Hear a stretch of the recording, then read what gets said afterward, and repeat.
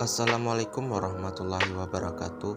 Perkenalkan, nama saya Yowan Tri Wahyudi dengan NIM 2114070090 dari kelas PGMIC dengan UAS Matematika Dasar dengan dosen pembimbing Dorisno MPD. Baiklah, saya akan memasuki materi yang pertama, yaitu geometri bangun ruang.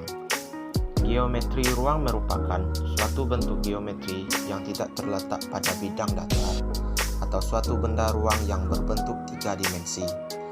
Geometri ruang memiliki panjang, lebar, dan tinggi seperti kubus, balok, kerucut, tabung, prisma, limas, dan bola. Baiklah, saya akan memasuki soal tentang geometri bangun ruang. Soal geometri bangun ruang, saya akan menjelaskan dua soal. Soal yang pertama yaitu, diketahui volume sebuah kubus A adalah 709 cm3. Jika panjang rusuk kubus B adalah sepertiga dari panjang rusuk kubus A, berapakah volume kubus B? Langkah yang pertama yaitu, tentukan rusuk kubus A. FA sama dengan RA kubik. 729 cm3 sama dengan RA kubik. RA sama dengan 3 akar 729 cm3. RA sama dengan 99 cm. Langkah yang kedua, tentukan rusuk kubus B. RB sama dengan 1/3 RA. RB sama dengan 1/3 dikali 9 cm. Maka RB akan mendapatkan hasil 3 cm. Langkah selanjutnya, hitunglah volume kubus B. FB sama dengan RB kubik. FB sama dengan dalam kurung 3 cm3. FB sama dengan 27 cm3. Jadi, volume kubus B adalah 27 cm3. Maka hasilnya yaitu 27 cm3. Soal yang kedua yaitu, diketahui T adalah titik puncak pada limas segi 4T ABCD yang memiliki volume 48 cm3. Jika ABCD berbentuk persegi dan tinggi limas adalah 9 cm, tentukan panjang AB. Baiklah, saya akan menjawabnya. Pembahasan yang pertama, volume sama dengan 1/3 dikali luas alas dikali tinggi. 48 cm3 sama dengan 1/3 dikali AB kuadrat dikali 9 cm. AB kuadrat sama dengan 3 dikali 48 cm3 per 9 cm. AB kuadrat akan mendapatkan hasil 16 cm3. AB sama dengan akar 16 cm3 sama dengan 4 cm. Jadi, panjang AB adalah 4 cm. Maka hasilnya yaitu 4 cm. Materi selanjutnya yaitu geometri limas. Dalam geometri, limas adalah bangun ruang tiga dimensi yang dibatasi oleh alas berbentuk segi dan sisi-sisi tegak berbentuk segitiga. Limas memiliki N plus 1 sisi, 2N rusuk, dan N plus 1 titik sudut. Kerucut dapat disebut sebagai limas dengan alas berbentuk lingkaran. Limas dengan alas berupa persegi disebut juga piramida. Baiklah, saya akan memasuki soal pertama tentang limas. Soal yang pertama yaitu, sebuah limas segi 4 memiliki panjang sisi alas 12 cm. Jika tinggi limas adalah 72 cm, berapa volume limas segi 4 tersebut? Pembahasannya sebagai berikut. Banyaknya bidang tegak alas segi 4 ialah 4. Luas permukaan limas sama dengan luas alas ditambah 4 dalam kurung luas segitiga di bidang tegak. Luas sama dengan sisi dikali sisi ditambah 4 dalam kurung 1/2 dikali alas dikali tinggi. luas sama dengan 10 kali 10 ditambah 4 dalam kurung 1/2 dikali 8 dikali 10. Maka luas akan mendapatkan hasil 100 ditambah 4 dalam kurung 40. Luas sama dengan 64 ditambah 160. Maka 64 ditambah 160 akan menghasilkan hasil 224 cm. Maka luas dari linmas tersebut adalah 224 cm. Selanjutnya soal nomor 2. Sebuah limas mempunyai alas yang berbentuk persegi panjang dengan panjang sisinya 10 cm dan tinggi segitiga pada bidang tegak 8 cm. Pertanyaannya yaitu, hitunglah luas permukaan limas. Pembahasannya, banyaknya bidang tegak alas segi 4 ialah 4. Luas permukaan limas sama dengan luas alas ditambah 4 dalam kurung luas segitiga di bidang tegak. Luas sama dengan sisi dikali sisi ditambah 4 dalam kurung 1/2 dikali alas dikali kiri tinggi. Luas sama dengan 10 dikali 10 ditambah 4 dalam kurung 1/2 dikali 8 dikali 10. Maka luas sama dengan 100 ditambah 40, 100 ditambah 4 sama dengan 40. Luas sama dengan 4 ditambah 160. Maka 4 ditambah 160 sama dengan 224 cm. Maka luas dari tersebut adalah 224 cm. Materi selanjutnya yaitu kesejajaran dan keserbangunan. Yang pertama, pengertian kesejajaran. Kesejajaran dua garis dapat juga dijelaskan dengan konsep jarak.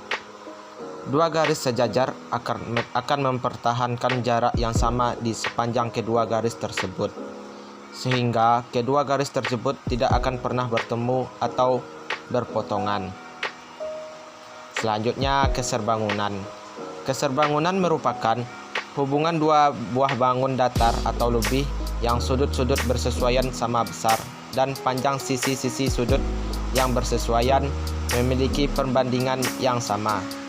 Baiklah, soal yang pertama yaitu, jika ada dua bangun persegi panjang ABCD dan PQRS dengan panjang dan lebar bangun ABCD 16 cm dikali 4 cm. Jika lebar bangun PQRS adalah 6 cm, berapakah panjang sisi PQ? Jika ada soal seperti di atas, maka cara pengerjaannya adalah sebagai berikut. Kita bandingkan dulu sisi-sisi dan dua bangun datar persegi panjang tersebut, yaitu PQ per AB sama dengan PS per AD. PQ per 16 sama dengan 6/4. PQ sama dengan 16 dikali 6/4.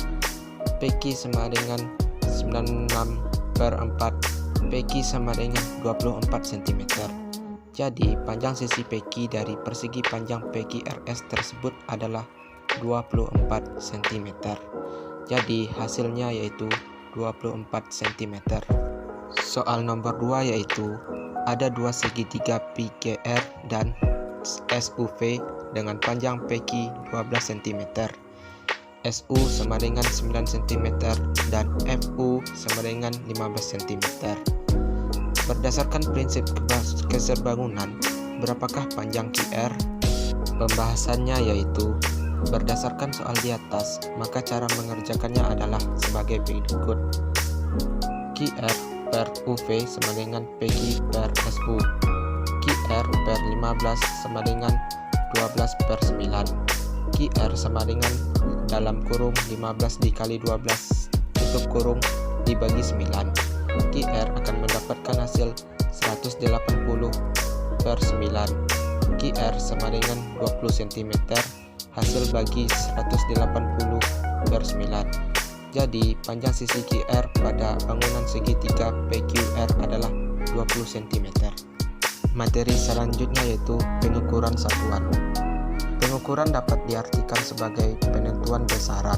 dimensi atau kapasitas suatu benda terhadap standar ukuran atau satuan ukur. Secara sederhana, mengukur adalah membandingkan suatu besaran dengan besaran standar. Soal pengukuran. Yang pertama, hitunglah satuan panjang dari 3 km ditambah 8 dm dikurang 2 ohm sama dengan titik-titik m. Pembahasannya, 3 km sama dengan 3 dikali 1000 meter. Maka 3 dikali 1000 meter akan mendapatkan hasil 3000 meter. 8 dm sama dengan 8 dikali 10 meter dengan hasil 80 meter. 20 hm sama dengan 20 dikali 100 meter, maka didapatkan hasil 2000 meter. Jadi 3 km ditambah 8 dm dikurang 20 ohm sama dengan 3000 meter ditambah 80 meter sama dengan 2000 meter. Maka hasil yang didapatkan yaitu 1080 meter. Soal nomor 2 tentang pengukuran satuan yaitu Pak Nandang berangkat kerja ke kantor dengan mengendarai sepeda motor. Lama perjalanannya adalah 45 menit. Jika kecepatan sepeda motor 60 km per jam, jarak dari rumah Pak Nandang ke kantor adalah. Pembahasan contoh soal kecepatan, jarak, dan waktu. Waktu sama dengan 45 menit sama dengan 45 jam per 60 km. Kecepatan 60 km per jam. Jarak sama dengan kecepatan dikali waktu sama dengan 60 km per jam dikali 45 jam per 60 sama dengan 45 km. Jadi jarak dari rumah Pak Nandang ke kantor adalah 45 km. Materi selanjutnya yaitu hubungan jarak dan kecepatan. Kecepatan adalah jarak yang ditempuh dalam satuan waktu tertentu. Contoh satuan kecepatan adalah kilometer per jam, menit per menit, menit per detik, dan sebagainya. Rumus kecepatan adalah jarak dibagi waktu atau ditulis V sama dengan S dibagi T. Hubungan jarak, kecepatan, dan waktu dapat dipahami dengan cara belajar.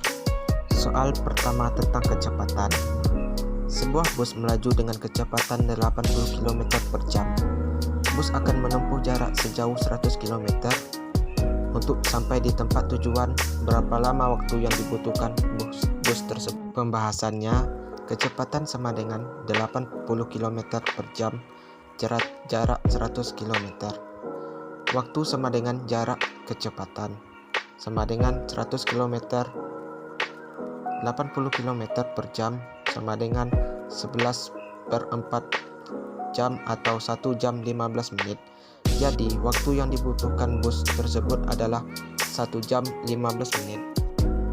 Soal yang nomor 2 yaitu sebuah mobil melaju dari kota A menuju kota C selama 3 jam. Mobil tersebut melaju dengan kecepatan 70 km per jam. Berapa kilometer jarak kota A dengan kota B?